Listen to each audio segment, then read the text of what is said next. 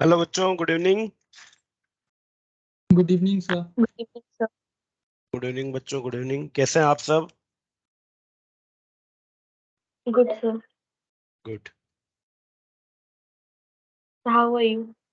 I am fine बेटा। तब तो स्कूल्स का तो ऑफ हो गया होगा आई थिंक आप सबका। दीपावली वेकेशंस लगी चुकी होंगी आप सबकी। आई थिंक आज से ही नो लगी सर। होंगी। अभी नहीं लगी? कब से नो बेटा? Sir. Good evening sir. Good evening बेटा। कब से बेटा? मंडे से सर। मंडे से। आई थिंक संडे तो ऑफ है ही ऑलरेडी। मंडे को तो यस दीपावली खुद। अच्छा जी। मतलब सैटरडे तक क्लासेज रहेंगे आपके स्कूल में? Yes sir. ऐसा तो नहीं होना चाहिए भाई।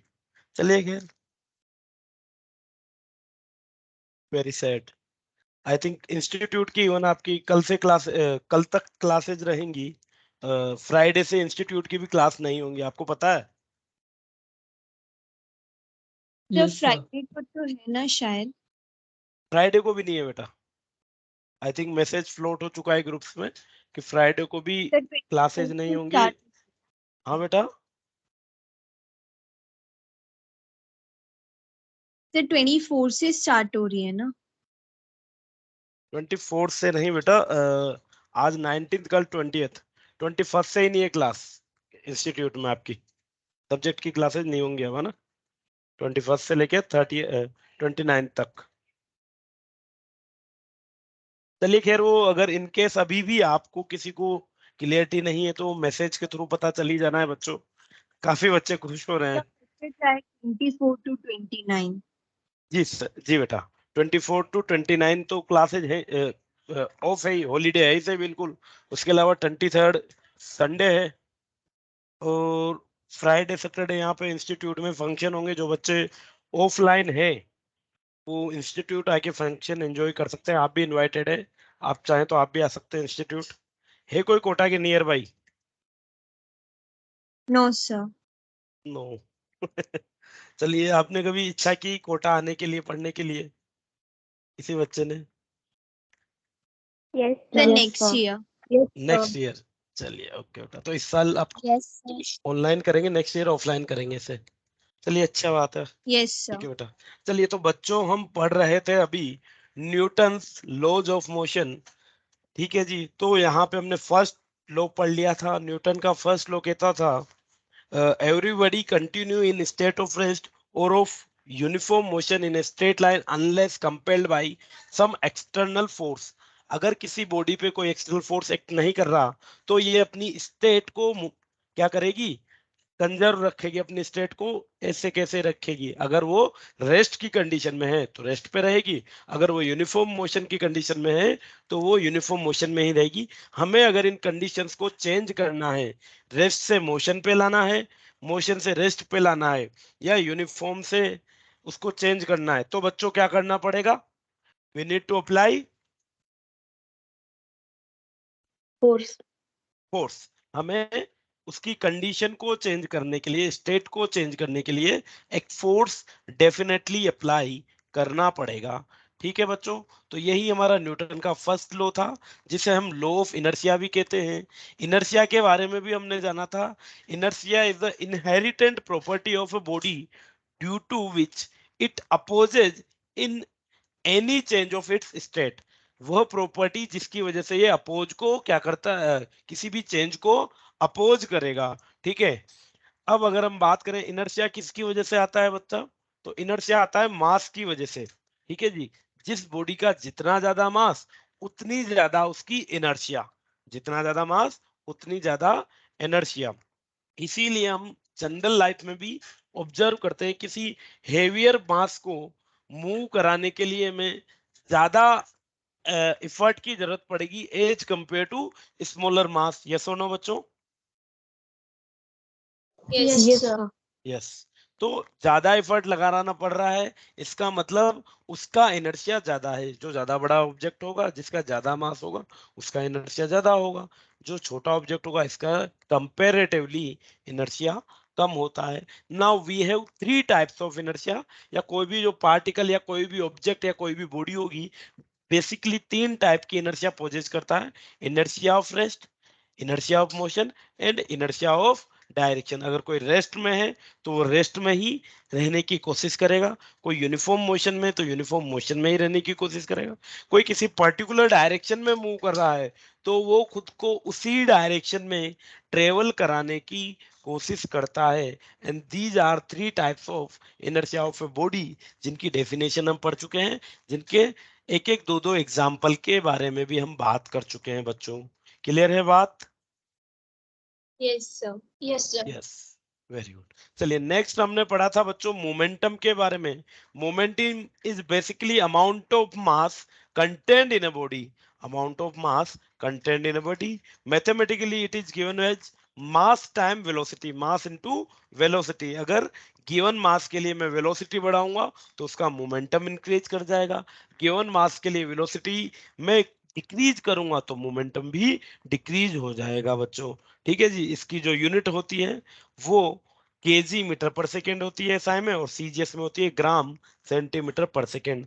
मोमेंटम बच्चों एक टाइप की वेक्टर क्वांटिटी है, और वेक्टर क्वांटिटी है तो इसका मतलब it has magnitude and direction. Magnitude की हमने बात कर ली, मास इनटू वेलोसिटी हमें मैग्नीट्यूड दे देगा, और जो मोमेंटम की डायरेक्शन होती है वो वेलोसिटी की डायरेक्शन ही होती है। मतलब एक 5 केजी का पार्टिकल ईस्ट डायरेक्शन में 2 मीटर पर सेकेंड की स्पीड से चल रहा है बच्चों, तो मैग्नीट्यूड ऑफ मोमेंटम क्या हो जाएगा? 5 केजी का पार्टिकल 2 मीटर पर सेकेंड की स्पीड से ईस्ट डायरेक्शन में चल रहा है। What will be the momentum of body? 10. 10 10 10. KG metre पर second will be the magnitude, and what will be the direction for momentum? Towards east. Towards east. तो जिस डायरेक्शन में वेलोसिटी उसी डायरेक्शन में हमारे पास मोमेंटम हो जाएगा बच्चों। ओके, क्लियर है बात मोमेंटम तक के लिए भी? Yes, sir. तो मोमेंटम के कुछ क्वेश्चंस हमने किए थे, और मोमेंटम के लिए कुछ ग्राफ्स भी हमने बनाए थे। तो वर्ड मोमेंटम के अबाउट हम फेमिलियर हो चुके हैं। It is mass into velocity, और we can say amount of motion contain in a body is momentum. Next, अब हम बात करते हैं बच्चों Newton second law of motion के बारे में। न्यूटन के सेकेंड लॉ क्या है, क्या उसका स्टेटमेंट है? So according to the Newton's second law, the rate of change of momentum of any system, क्या चीज? Rate of change of momentum of any system is directly proportional to the applied external force, and this change in momentum takes place in the direction of applied force. Newton's second law of motion.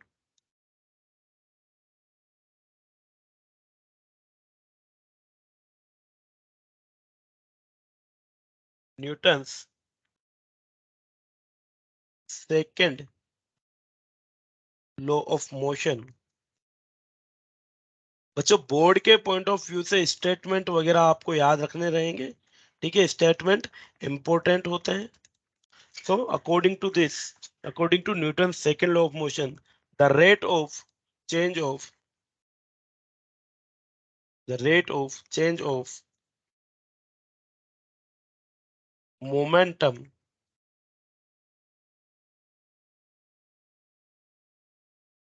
of any system, rate of change of momentum of any system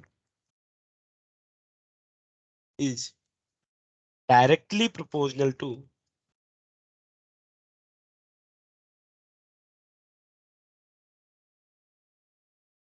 is directly proportional to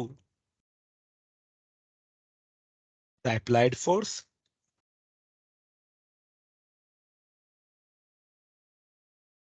तो एक बात तो हमने ये कर ली, जो बच्चों rate of change of linear momentum है किसी भी बॉडी के लिए, जिस रेट से किसी भी बॉडी का मोमेंटम चेंज हो रहा है वो रेट किसके बराबर होगी बच्चों? वो अप्लाइड फोर्स के बराबर होगी। और जो ये मोमेंटम का चेंज हो रहा है बच्चों, वो किस डायरेक्शन में होगा? अप्लाइड फोर्स की डायरेक्शन में ही होने वाला है। And this change in momentum, and this change in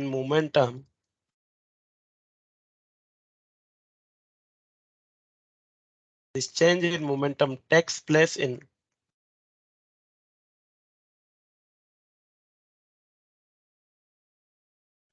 the direction of applied force.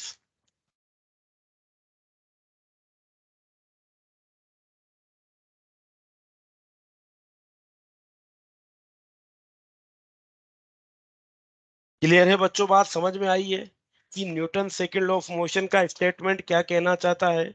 जो आपने फोर्स अप्लाइड किया है वो किसके प्रोपोर्शनल होगा? This force will be directly proportional to rate of change of linear momentum, और जो फोर्स की डायरेक्शन होगी, फोर्स की डायरेक्शन में ही मोमेंटम चेंज होने वाला है। इज इट ओके बच्चों बात? Yes, sir. Yes, sir. Yes. चलिए नेक्स्ट अगर हम बात करें कि मोमेंटम क्या होता है? मास इनटू वेलोसिटी होता है। यस और no? Momentum is Yes. Mass into velocity. चलिए तो हम इसे लिख देते हैं, इक्वली कर देते हैं कि is equal to delta P by delta T. Delta P momentum जो होता है मास इनटू वेलोसिटी होता है बटा डी टी के लिए। चलिए यहाँ पे अगर हम m और v, m इंटू वी का डिफरेंशिएशन करें बच्चों, तो हमें कुछ इस तरीके से मिल जाएगा। एक बार मैं मास को कांस्टेंट रख के वेलोसिटी का डिफरेंशिएशन कर देता हूं, एक बार वेलोसिटी को कांस्टेंट रख के मास का डिफरेंशिएशन कर देता हूं। मान लेते हैं, मैं मानता हूं कि यहाँ पे बच्चों दोनों मास और वेलोसिटी विद टाइम के फंक्शन हो सकते हैं, कि टाइम के साथ मास में इंक्रीज और decrease, with velocity with time में इंक्रीज और डिक्रीज। तो आपने पढ़ा होगा u और v का जब हम डिफरेंशिएशन करते थे तो u को एज इट इज रख के v का डिफरेंशिएशन प्लस v को एज इट इज रख के u का डिफरेंशिएशन करते थे, हाँ या ना? Yes, sir. Yes, Yes, sir. sir. Product rule. तो वही काम मैं यहाँ पे कर देता हूँ। एक बार मास को एज इट इज रख के वेलोसिटी का डिफरेंशिएशन, फिर प्लस वेलोसिटी Excuse को me, as it sir. Is रख। हाँ बोलिए बेटा। तो मास तो सेम रहेगा, वो टाइम के साथ वैरी नहीं कर रहा, तो फंक्शन ऑफ बेटा टाइम कैसे होता है? अभी अभी हम आगे चल के कुछ ऐसे केसेस देखेंगे जहां पे मास टाइम के साथ वेरी करेगा। सिस्टम का जो मास है, अभी हम बात कर रहे हैं किसी सिस्टम के लिए, जैसे मान लीजिए कि एक ट्रक है, ट्रक में मड भरी हुई है या कोई भी मिट्टी भरी हुई है, ठीक है बेटा? ट्रक में मिट्टी भरी हुई है। Yes. अब क्या होता है, उस ट्रक में अगर मैं ट्रक के बॉटम पे होल कर दूं तो वो मिट्टी वहां से कंटिन्यूअसली रिलीज होती जाएगी, हाँ या ना? Yes, sir. मड या मिट्टी उस ट्रक से कंटिन्यूअसली रिलीज होती जाएगी, निकलती जाएगी। और इस पूरे प्रोसेस में अगर मैं देखूं, जो मेरा सिस्टम था ट्रक का और मिट्टी वाला, उस सिस्टम का मास अब इंक्रीज हो रहा है डिक्रीज हो रहा है बेटा? Decrease. डिक्रीज हो रहा है। तो उस केस में मेरा मास भी डिक्रीज हो रहा है, किसी कांस्टेंट रेट से वो चेंज हो रहा है। तो उस केस में अगर ट्रक की वेलोसिटी सेम है, ट्रक सेम स्पीड से मूव कर रहा है, पर कांस्टेंट रेट से उससे मिट्टी निकल रही है, तो there should be a force. उस फोर्स को हम कैलकुलेट करेंगे। तो कुछ ऐसे केसेस भी हमें मिलेंगे जहां पे हम मानेंगे कि हमारा मास चेंज हो रहा है। यस और नो बेटा? Yes, sir. Very good. चलिए तो ये हो गया, force will be equal to m delta v by delta T plus v delta m by delta T. कुछ गिने चुने दो तीन केस बनते हैं बेटा जहां पे हम चेंजिंग मास के क्वेश्चन करेंगे। एक रॉकेट propulsion की बात करते हैं। तो रॉकेट propulsion में क्या होता है कि रॉकेट के पीछे वाले भाग में फ्यूल होता है, और जैसे जैसे वो फ्यूल बर्न होगा रॉकेट का मास कम होगा बेटा। Yes, sir. Yes, sir. तो वहां पे भी हमें ये क्वेश्चंस देखने को मिलेंगे, ठीक है ना? चलिए तो Yes. Yes. ये हमारा जनरल फॉर्मूला हो गया, force equals to m delta v by delta T plus v delta m by delta T. अब मान लीजिए इफ जो मास m है, मास m मेरा कांस्टेंट है, तो फोर्स के लिए क्या फॉर्मूला हो जाएगा? F will be equals to m dv by dt हो जाएगा सिंपली। मास कांस्टेंट है तो rate of change of mass क्या हो Yes. जाएगी? जीरो हो जाएगी। तो फॉर्मूला हो जाएगा F equals to m delta v by delta t. और delta v by delta T क्या होता है बच्चों? Mass into Acceleration. Acceleration. Mass into acceleration हो जाएगा ये। ठीक है, तो मास कांस्टेंट है तो force will be equal to mass into acceleration. And if velocity is constant, if velocity is constant, velocity constant हो जाएगी बच्चों, तो delta V by delta T क्या जीरो हो जाएगा? Yes, sir. Yes, sir. And if Yes, delta sir. v by delta t is zero, then the force will become F is equals to what? बताइए। 0. No not zero, v delta m Velocity by is delta t। delta m by एक बार इस factor को हमने zero कर दिया, एक बार इस factor को जीरो कर दिया, तो इस केस में ये फोर्स हो जाएगा, इस केस में ये फोर्स हो जाएगा।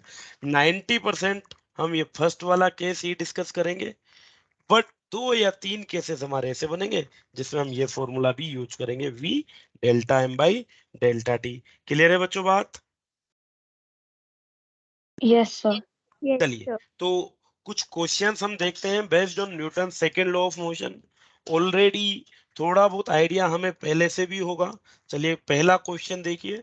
अब बच्चों जो हमने वेक्टर वगैरह को पढ़ रखा है उनका भी हम यहाँ पे यूज करेंगे।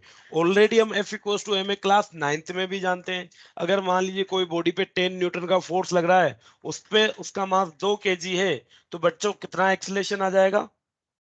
acceleration is force upon mass, force है 10 न्यूटन, mass है 2 kg, so acceleration will be 5 metre per second square. तो 5. ये है ना, ये बात हम ऑलरेडी लोअर क्लासेज में कर चुके हैं।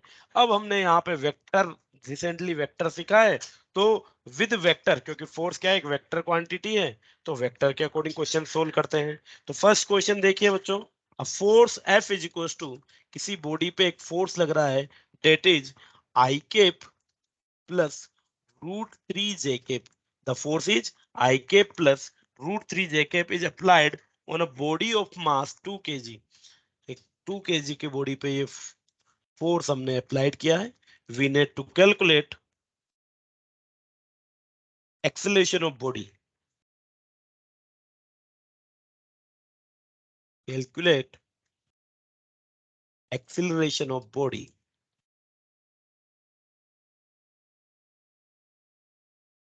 चलिए, क्या चीज कांस्टेंट है बच्चों? मास कांस्टेंट है। Yes, sir. Yes, क्या sir. फॉर्मूला हो जाएगा मेरे लिए?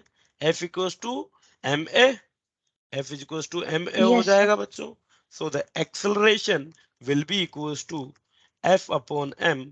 F की वैल्यू हमारे पास है I plus root 3 j cap divided by m, जो कि हो जाएगा 2। So the acceleration will be 1 by 2 I cap plus root 3 by 2 j cap। बच्चों अगर हम बात करें magnitude of acceleration, what will be the magnitude of acceleration? बताइएगा। 1. 1, very good. The magnitude of acceleration will be 1 by 2 का square plus root 3 by 2 का square, and it will be equals to 1 upon 4 plus 3 upon 4, and it will be under root 1, जो कि आ जाएगा 1 metre पर second square. Clear है बच्चों बात? Yes, sir. चलिए, Yes, ये आ sir. गया हमें। क्या हम इस एक्सीलरेशन की डायरेक्शन भी बता सकते हैं कि what will be the direction of this acceleration with positive x axis?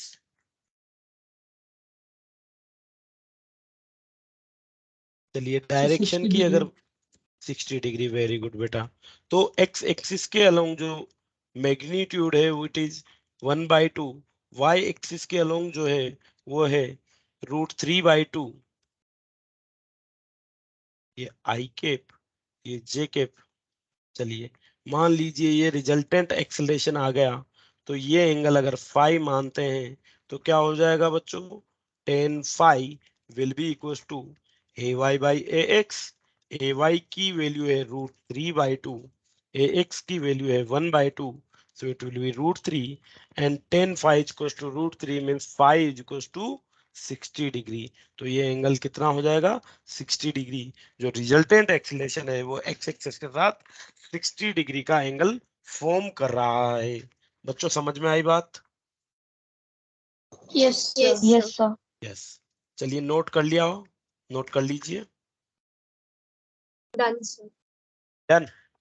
Okay. चलिए नेक्स्ट क्वेश्चन देखिए बच्चों।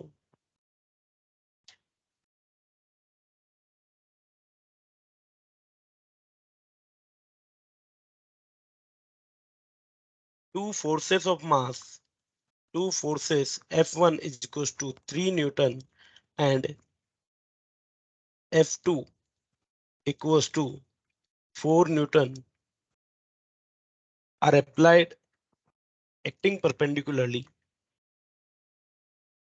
Two forces of 3 Newton and 4 Newton are acting perpendicularly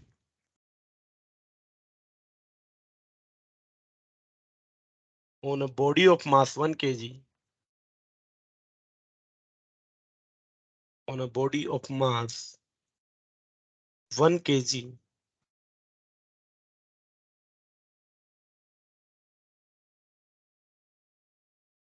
Find out the acceleration. 0.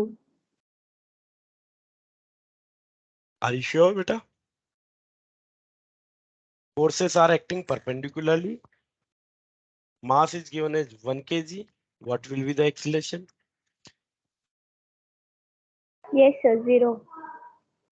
चलिए 0 कैसे आया बेटा? Can you explain? So when forces are perpendicular, the net force is 0. किसने कह दिया बेटा आपसे? दो मान लीजिए एक बॉडी है, ठीक है जी, ये बॉडी हो गई एक। सब 5 होगा। यस 5 होगा बेटा बिल्कुल। दो फोर्सेस जब किसी बॉडी पे लगते हैं, first force 4 Newton, second force 3 Newton, तो इनका रिजल्टेंट बेटा 0 कैसे हो सकता है? हमें गिवन दिया है कि 3 न्यूटन और 4 न्यूटन परपेंडिकुलरली एक्ट कर रहे हैं, तो इनका रिजल्टेंट कहीं ना कहीं इनके बीच में होगा। And the resultant force F R will be equals to 5 newton. कैसे हो जाएगा बच्चों? The resultant force will be equals to under root of square of first force second force, और ये कितना दिया है? इट इज 3 का स्क्वायर। हाँ बोलिए बेटा। सर बट ये परपेंडिकुलर एक्ट कर रहे हैं, तो फिर सर कैसे ये 5 न्यूटन हो सकता है? फोर्सेस परपेंडिकुलरली एक्ट कर रहे हैं ना बेटा, दो बॉडी पे, एक बॉडी पे। मान लीजिए ये बॉडी है यहाँ पे एक, और इस बॉडी पे एक फोर्स इधर लग रहा है, एक फोर्स इधर लग रहा है, तो इन दोनों फोर्सेस का 3 न्यूटन और 4 न्यूटन का रिजल्टेंट क्या 5 न्यूटन नहीं होगा बेटा? Yes sir. क्या हो जाएगा? रिजल्टेंट 5 न्यूटन का हो जाएगा। so the resultant force is 5 newton and the resultant force, when the resultant force is 5 newton, so the acceleration will be equals to net force upon mass, so it is 5 upon 1 and it will be equals to 5 meter per second square। बोलिए बच्चों। Yes sir. चलिए same question. Yes, sir.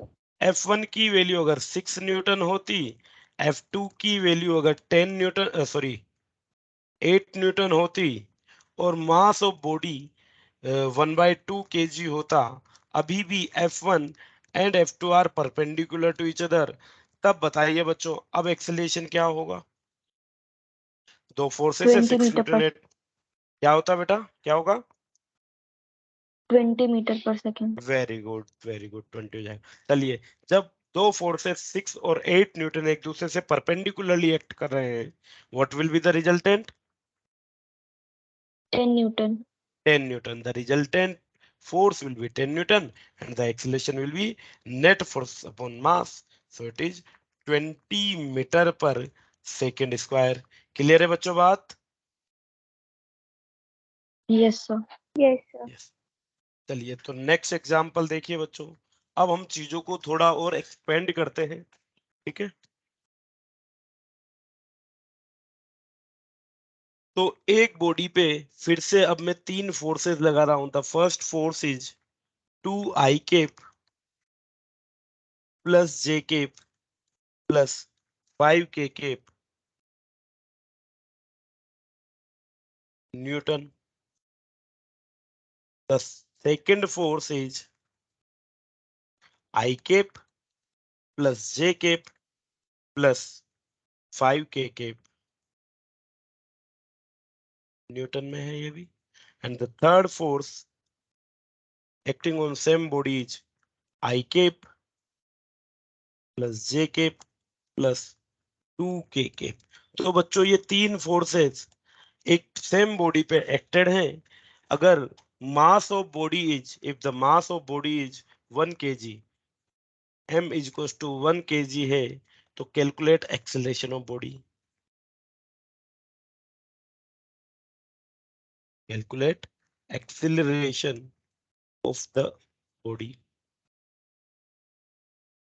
चलिए, acceleration के लिए सबसे पहले हम बात करते हैं कि acceleration is F net, net force upon mass. यही होता है, यस और नो? Yes sir. चलिए, यस तो सर। एक बॉडी पे तीन फोर्स लग रहे हैं बच्चों, F1 F2 F3। तो क्या लिख सकता हूं मैं कि net force acting on the body is vector sum of forces F1 F2 and F3। चलिए, अगर इनका वेक्टर सम कर, ओके बेटा, वेरी गुड। नेट फोर्स अगर हम कैलकुलेट करें तो बच्चों नेट फोर्स क्या हो जाएगा? आई का आई के साथ ऐड ऑन कर दो, जे का जे के साथ ऐड ऑन कर दो, और के का के साथ। तो आई का आई के साथ करेंगे तो 2 + 1 + 1, so the total force in x direction is 4i cap. Yes और no? Yes, sir. Yes sir. What will be the total force in y direction? So 3J cap. 3j cap. 3 and and in z direction it is 12 12 k। 12K cap. Very good. तो acceleration हो जाएगा बच्चों हमारे पास F net upon M.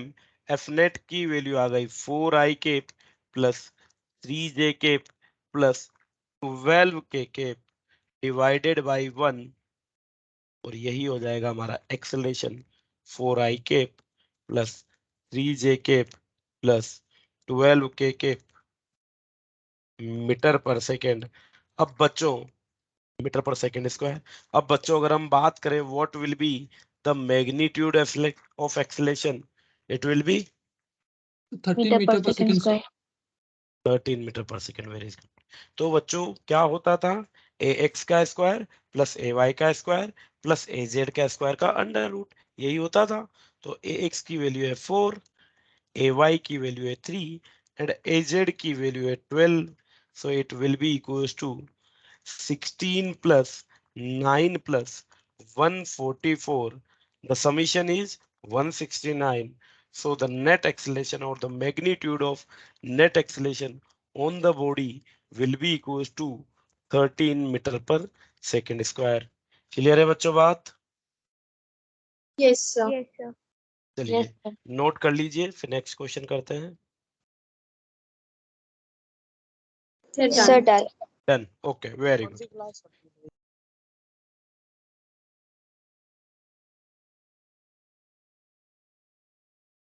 चलिए, अब हम force को अप्लाई करने का पैटर्न चेंज करते हैं बेटा।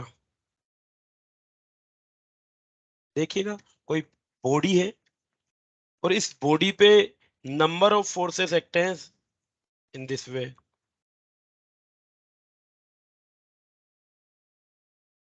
तो बच्चों, इस बॉडी पे एक्स एक्सिस के अलोंग एक फोर्स लगा हुआ है 20 न्यूटन का, वाई एक्सिस के अलोंग फोर्स लगा हुआ है, सॉरी, नेगेटिव एक्स एक्सिस के अलोंग फोर्स लगा हुआ है 70 न्यूटन का, पॉजिटिव वाई एक्सिस के अकॉर्डिंग अलोंग फोर्स लगा है 10 न्यूटन का, और इधर फोर्स लगा है 10 न्यूटन का।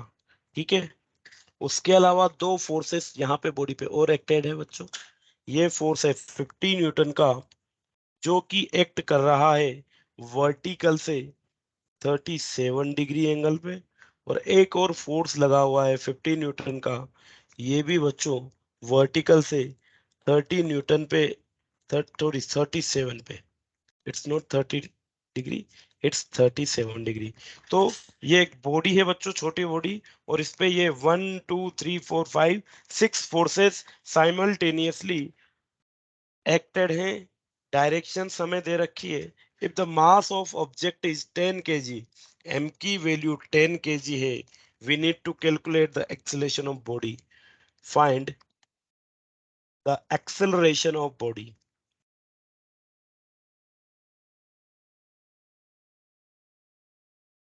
करें बच्चों क्वेश्चन सॉल्व?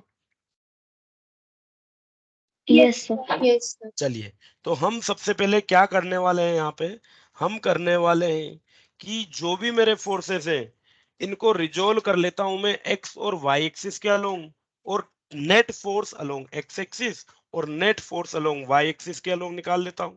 क्या निकाल लेता हूं, क्या होगा total force? Total force will be net force along x axis plus net force along y axis. Yes और no? F x i k plus F I जे के, इनकी वैल्यू कैलकुलेट कर लेता हूं मैं। यस और नो? Yes, sir. यस। तो बच्चों, ये 50 न्यूटन का जो फोर्स है ये कुछ इस तरीके से एक्ट कर रहा है कि वर्टिकल से ये 37 डिग्री का एंगल बना रहा है। मैं इस 50 डिग्री के 50 न्यूटन के फोर्स के दो कंपोनेंट कर देता हूं, एक कंपोनेंट एक्स एक्सिस के अलोंग, एक कंपोनेंट वाई एक्सिस के अलोंग। चलिए, सबसे पहले मैं बात करूं, जो ये 50 न्यूटन का फोर्स है, इस 50 न्यूटन के फोर्स का वाई एक्सिस के अलोंग कंपोनेंट क्या हो जाएगा बच्चों? If this angle is 37, what will be the component of this force along y-axis? Is it 50 50 cos sin 37 or 50 sin 37? So 50 sin 37. Along y-axis, Sin beta. 37. I'm talking about Cos. along y-axis. Cos. Along y-axis, it is cos. So it is 50 cos 37 और direction क्या हो जाएगी? Upward हो जाएगी, positive y-axis। Yes, sir. Yes, sir. Yes. तो ये positive x, ये positive Y हमने माना हुआ है। तो 50 कोस 37, बच्चों कोस 37 की वैल्यू क्या होती है? Is it 4/5? 4/5. 4/5। तो अगर मैं इसे 50 को 4/5 से मल्टीप्लाई करूंगा तो क्या ये 40 न्यूटन आ जाएगा? Yes, sir. Yes. Yes, similarly sir. इस 50 न्यूटन वाले फोर्स को मैं नेगेटिव वाई एक्सिस के अलोंग रिजोल्व करूंगा तो ये भी 40 न्यूटन आ जाएगा। यस और नो? Yes, sir. चलिए, अब करता हूं positive Yes, x sir. Axis के अलोंग। अगर मैं 50 न्यूटन के इस फोर्स को पॉजिटिव एक्स एक्सिस के अलोंग रिजोल्व करूंगा तो क्या वैल्यू मिलेगी बच्चों? 50 साइन 37। यस और no? Yes, sir. Yes, sir. And sine 37 is 3/5. When multiplying 50 with 3/5 we will get 30. Yes or no? So for this component we will get 30 Newton in positive x direction। और इस वाले component के लिए भी, इस वाले 50 newton के force के लिए भी क्या हमारे पास 30 न्यूटन ही मिलेगा along positive x axis? Yes, sir. Yes. Yes. चलिए, तो सेम डायग्राम को हम रीड्रॉ कर लेते हैं। एक बार देखिएगा क्या हमने इसे सही से रीड्रॉ किया है कि यहाँ पे हम देखोगे तो आप बच्चों 30 + 20 + 30, so the total force along positive x axis is 30 + 30, 60 + 20, 80 Newton. Yes or no? Yes, sir. Along negative x axis it is 70 Newton. Further, along positive y-axis, we have 10 + 40, total force 50 Newton. And similarly, in negative y direction, what will be the total force, बच्चों?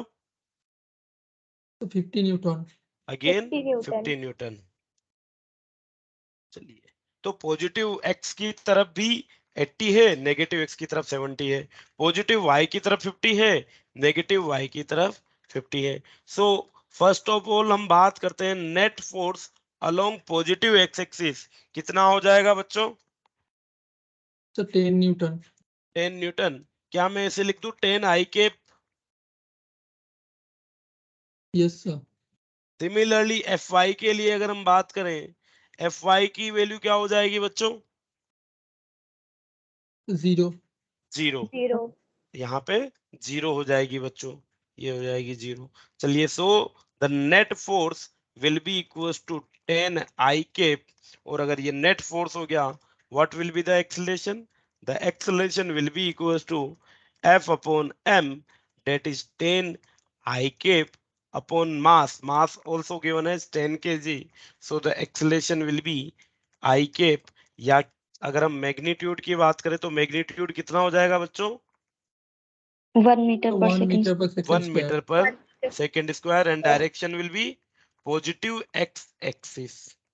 Yes और no? Yes yes sir. Sir. Hello, positive x direction.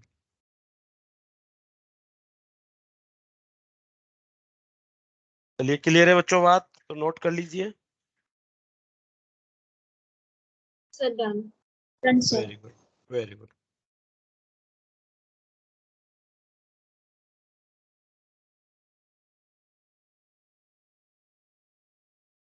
चलिए, next type of question देखिए बच्चों.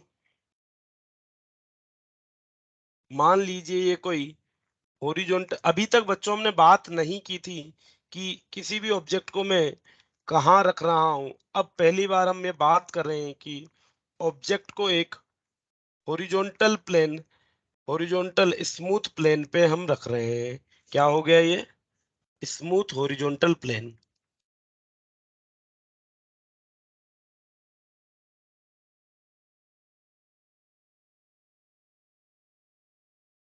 Smooth horizontal plane.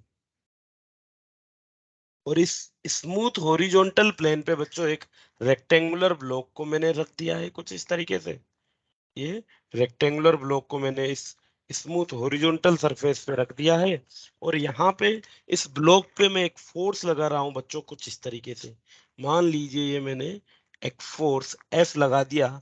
F is equal to 10 newton का force लगा दिया. F equal to 10 Newton है. और ये जो फोर्स है बच्चों, हॉरिजॉन्टल से मैंने 30 न्यूटन पे लगाया हुआ है. ठीक है जी. अब अगर mass of block is, if the mass of block is 1 kg, then again we need to calculate acceleration of block. Calculate acceleration.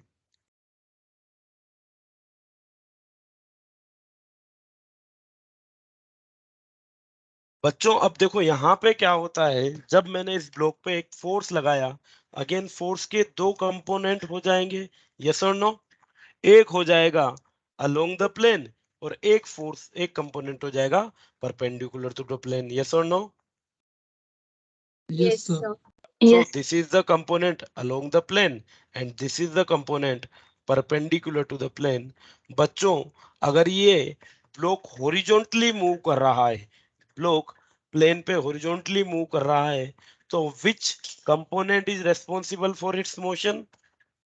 Is it vertical or is it horizontal? Horizontal. Horizontal. Horizontal horizontal. only. Horizontal. Yes, horizontal only. तो horizontal component क्या हो जाएगा बच्चों? 10 cos 10 30 के बराबर हो जाएगा. 10 cos 30, cos 30 होता है √3/2. So 10 into √3/2 and it will be equal to 5√3 newton. √3। Clear है बच्चों बात? तो अगर ब्लॉक बच्चों हॉरिजॉन्टल डायरेक्शन में मूव कर रहा है तो डेफिनेटली इसको horizontal component of force move कराने वाला है. और उसके कारण जो एक्सेलरेशन हो जाएगा, the acceleration will be equal to net force that is 5√3 divided mass that is 1. So the acceleration will be 5√3 metre per second square. Clear है बच्चों बात? Yes sir. Yes. Yes sir.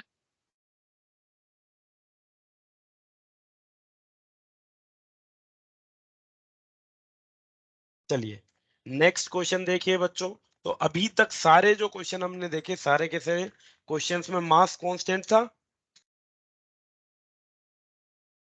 Yes yes sir. Sir. Yes. चलिए, next type of question देखिए जहां पे हमारा मास variable होगा, velocity constant रहने वाली है. किस टाइप के क्वेश्चन बनते हैं देखिएगा. An object of mass 2 kg, an object, an object of mass 2 kg is placed on a smooth horizontal surface, is placed on a smooth horizontal surface.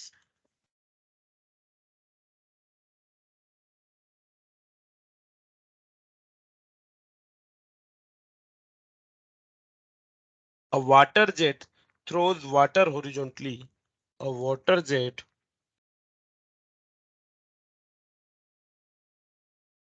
throws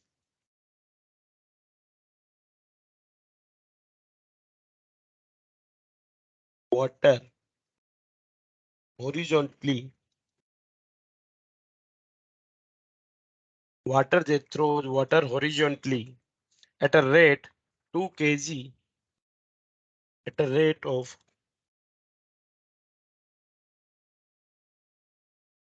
2 kg per second with speed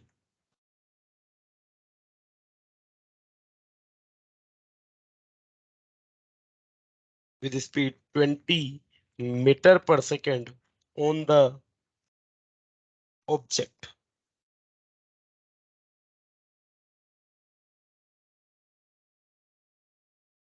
Find first अगर हम बात करें applied force by water jet. Applied force by water jet. Secondly, acceleration of object.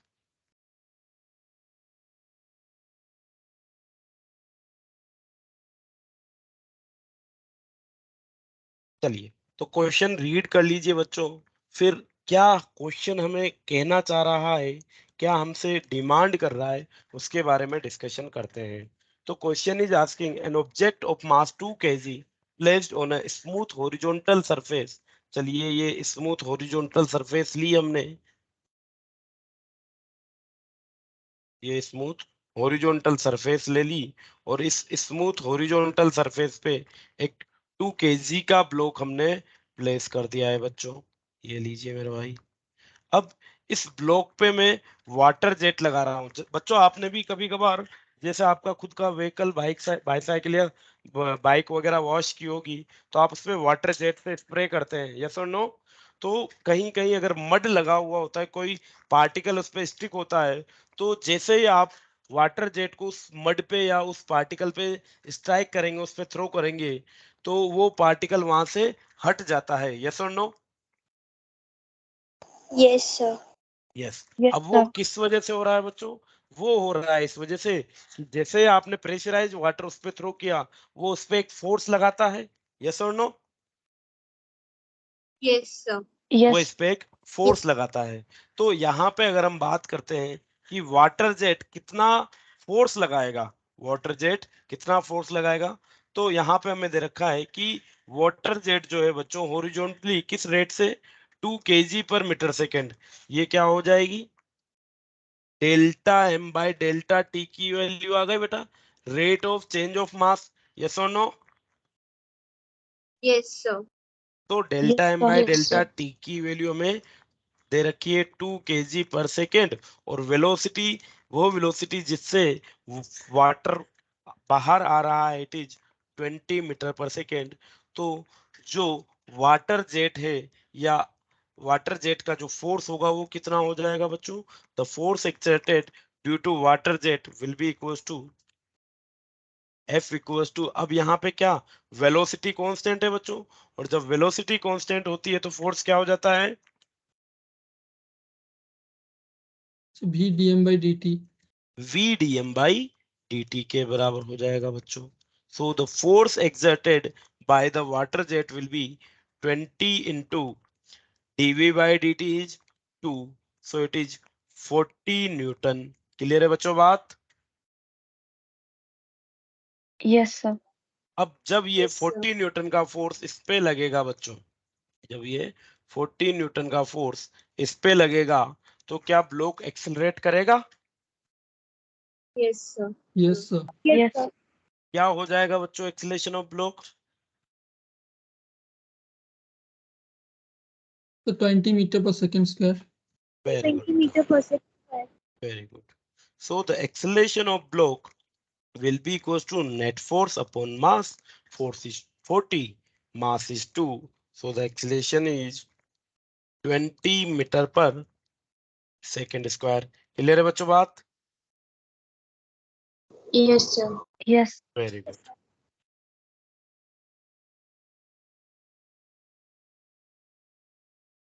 चलिए next question देखिए, another level of question. If question समझ में आ रहे हैं बच्चों आप सबके ये? Yes, sir. Yes. Very good. If momentum p is given as 5t square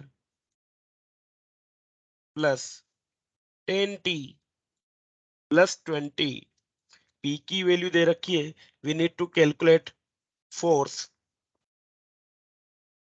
calculate the force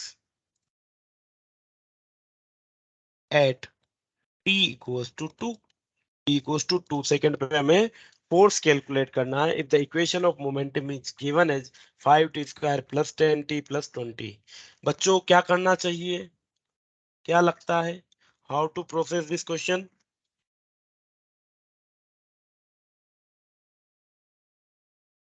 force क्या होता है बच्चों? Force is delta p by delta t, yes और नो? अगर मैं Yes, जो sir. मोमेंटम की इक्वेशन है उसका डिफरेंशिएशन कर दूं विद रेस्पेक्ट टू टाइम और टाइम की वो पर्टिकुलर वैल्यू रख दूं, तो क्या उस इंस्टेंट पे मुझे फोर्स मिल जाएगा बच्चों?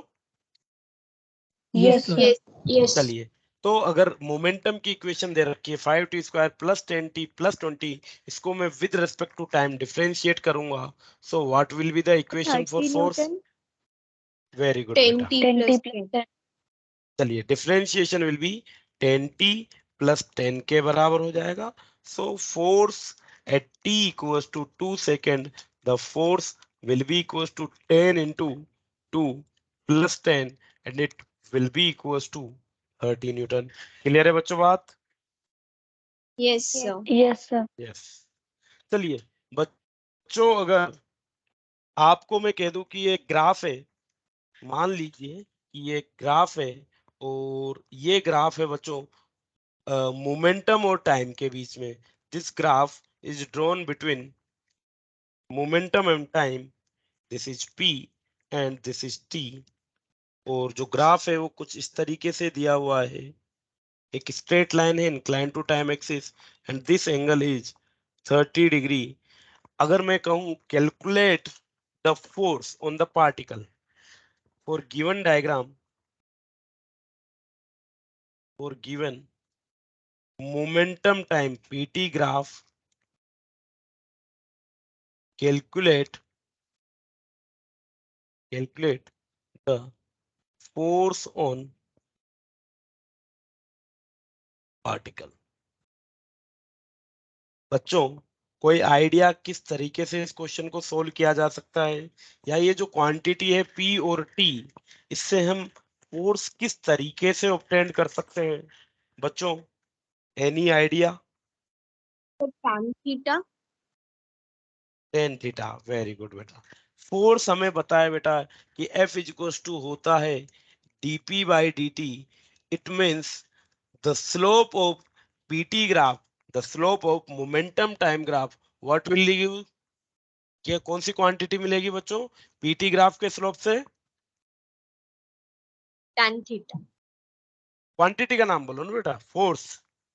The Force. Slope of pt graph will be equals to force. अच्छा, इसके लिए स्लोप की बात करें तो स्लोप कितना है यहाँ पे? द स्लोप इज 1030, यस और no? Yes, ten sir. Thirty Yes. कितना होता है बच्चों? 1030 इज 1 by root By 3, root 3. So the force on the block is 1 by root 3 newton, yes और no? Yes, sir.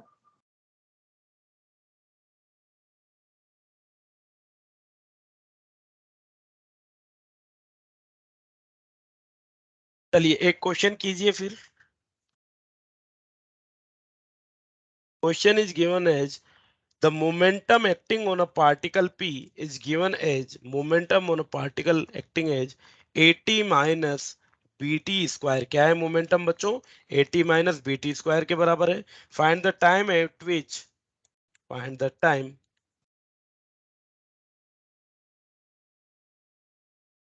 at which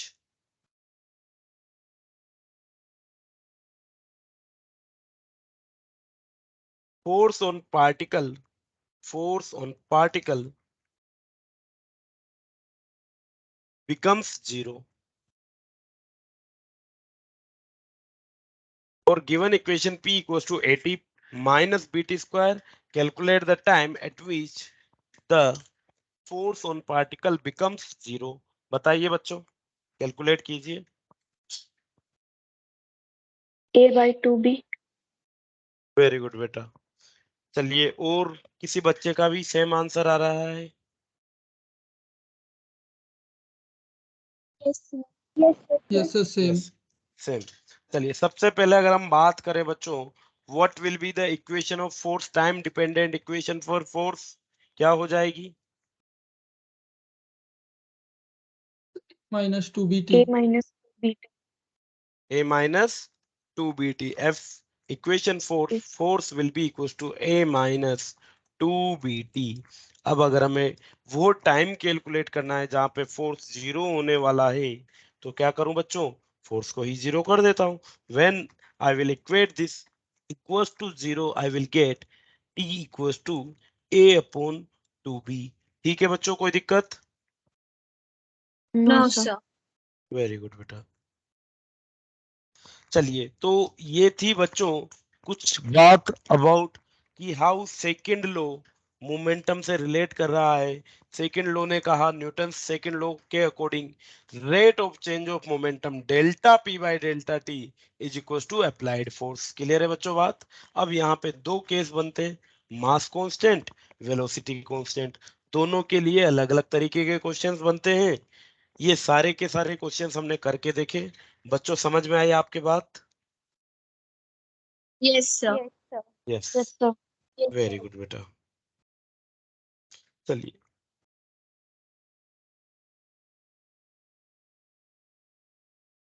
next हम बात करते हैं बच्चों अबाउट द क्वांटिटी इम्पल्स. हम इम्पल्स के बारे में बात करते हैं. इम्पल्स क्या होता है?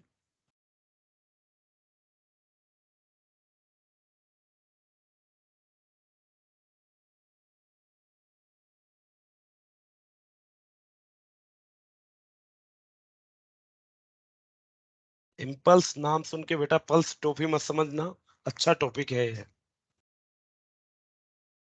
Yes, sir. ठीक है, तो सबने खा रखी होगी पल्स टॉफी बेटा.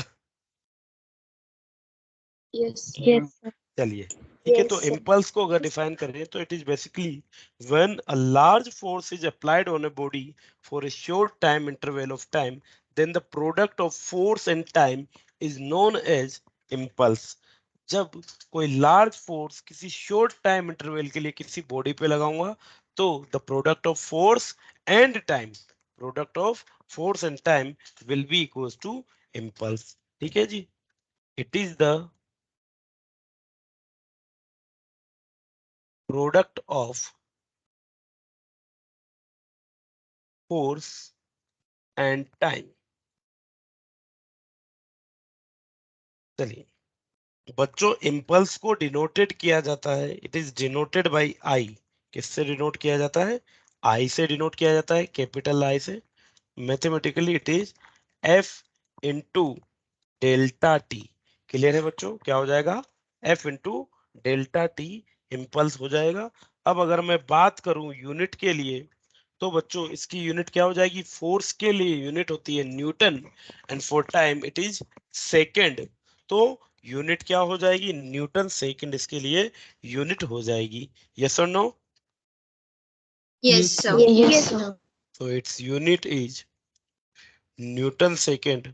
और अगर बच्चों में फंडामेंटल क्वांटिटीज की फॉर्म में बात करूं, मतलब dimensions in terms of length, mass and time, तो इसकी यूनिट क्या हो जाएगी बच्चों?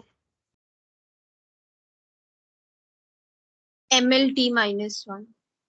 ये तो डायमेंशनल फॉर्मूला हो गया. मैं बात कर रहा हूं बच्चों यूनिट की.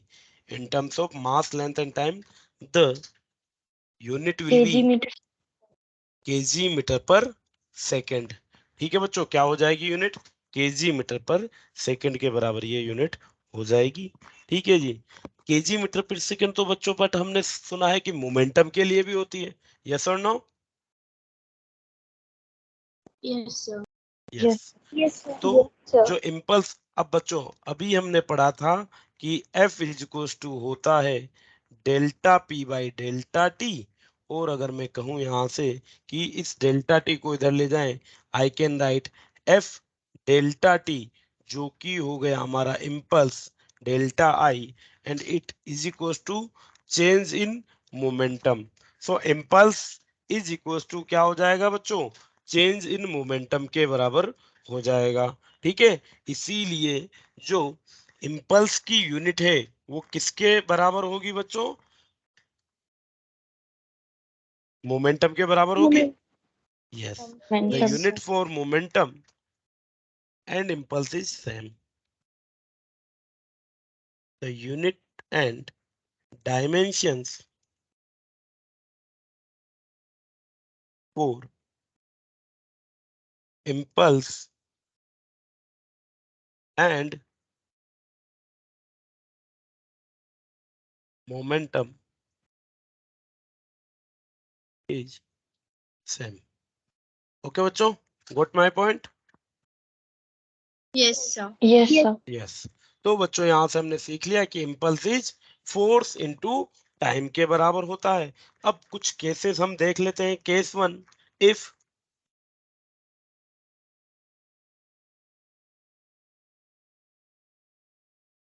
कोई वेरिएबल फोर्स, बच्चों कोई वेरिएबल फोर्स किसी ऑब्जेक्ट पे टाइम t1 से लेके t2 तक एक्ट कर रहा है, कोई टाइम डिपेंडेंट फोर्स है जो एक्ट कर रहा है t1 टाइम से लेके t1 टाइम t2 टाइम तक के लिए, तो उसका इम्पल्स क्या हो जाएगा, देखिएगा, if a force is, if a force is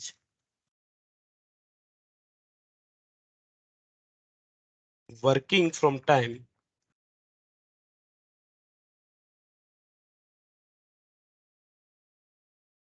force is working from time t1 to t2, ठीक है जी, एक फोर्स लग रहा है t1 टाइम से t2 टाइम तक के लिए, तो जो उसके लिए इम्पल्स हो जाएगा वो क्या हो जाएगा बच्चों, the impulse will be equals to integration F delta t, किसके बराबर हो जाएगा, इंटीग्रेट कर देते हैं कहां से कहां तक के लिए, t1 से t2 तक के लिए, और यही हमें क्या दे देगा बच्चों, इम्पल्स दे देगा। और ये जो इम्पल्स है ये किसके बराबर होगा, ये बच्चों चेंज इन मोमेंटम के बराबर हो जाएगा, डेल्टा पी डेल पी हो जाएगा बच्चों, ये चेंज इन मोमेंटम के बराबर भी हो जाएगा। इंटीग्रेशन डेल्टा पी p1 से p2 तक के लिए। क्लियर है बात? Yes, Yes, sir. sir. Yes, इनके कुछ क्वेश्चंस हम करने वाले हैं बच्चों, ठीक है, क्वेश्चंस करके हम इन्हें देखेंगे। नेक्स्ट केस, फोर्स यहाँ पे क्या है बच्चों, इंटीग्रेशन कब करते हैं, जब फोर्स मेरा वेरिएबल हो, एक फोर्स का टाइम डिपेंडेंट फंक्शन हमें मिल रहा हो, टाइम डिपेंडेंट फंक्शन हमें मिल रहा, इसलिए हमने उसे इंटीग्रेट करके सोल्व कर लिया बच्चों। ठीक है जी, क्या हो अगर फोर्स कांस्टेंट हो, if force is constant, second case, if a constant or average force act on a body, ये क्या है, ये वेरिएबल है, if a variable force acting on a body, then if a constant or average force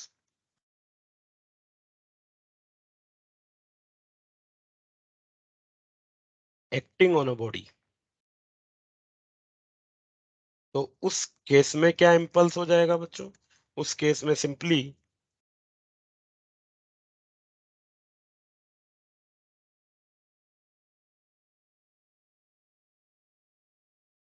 F average integration delta t t1 to t2। अब यहाँ पे क्या होगा बच्चों, सिंपली टाइम, फोर्स तो कांस्टेंट है, तो डेल्टा टी का इंटीग्रेशन क्या होता है, डेल्टा टी होता है, तो यहाँ पे हम टाइम का चेंज निकाल लेंगे सिंपली, और टाइम के चेंज को मैं एवरेज फोर्स से मल्टीप्लाई कर दूंगा, तो मुझे मिल जाएगा इम्पल्स, जो कि होता है मेरा चेंज इन मोमेंटम के बराबर, अगेन डेल्टा पी p1 से p2 के बराबर, या फिर p2 माइनस p1 हो जाएगा बच्चों। ठीक है जी, तो इस तरीके से हम इन्हें सोल्व कर सकते हैं। चलिए एक छोटा सा क्वेश्चन कर ले बेटा। Yes, sir.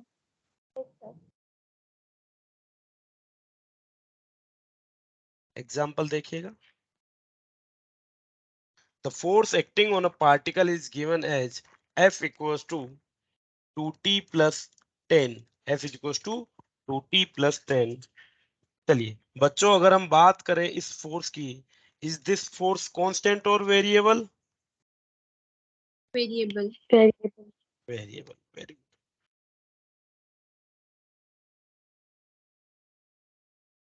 Calculate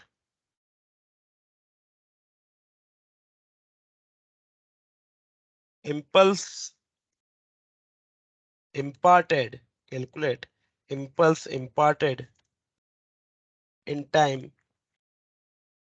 t equals to 1 second to t equals to 3 second, t equals to 1 second से लेके t equals to 3 second तक impulse imparted हमें कैलकुलेट करनी है।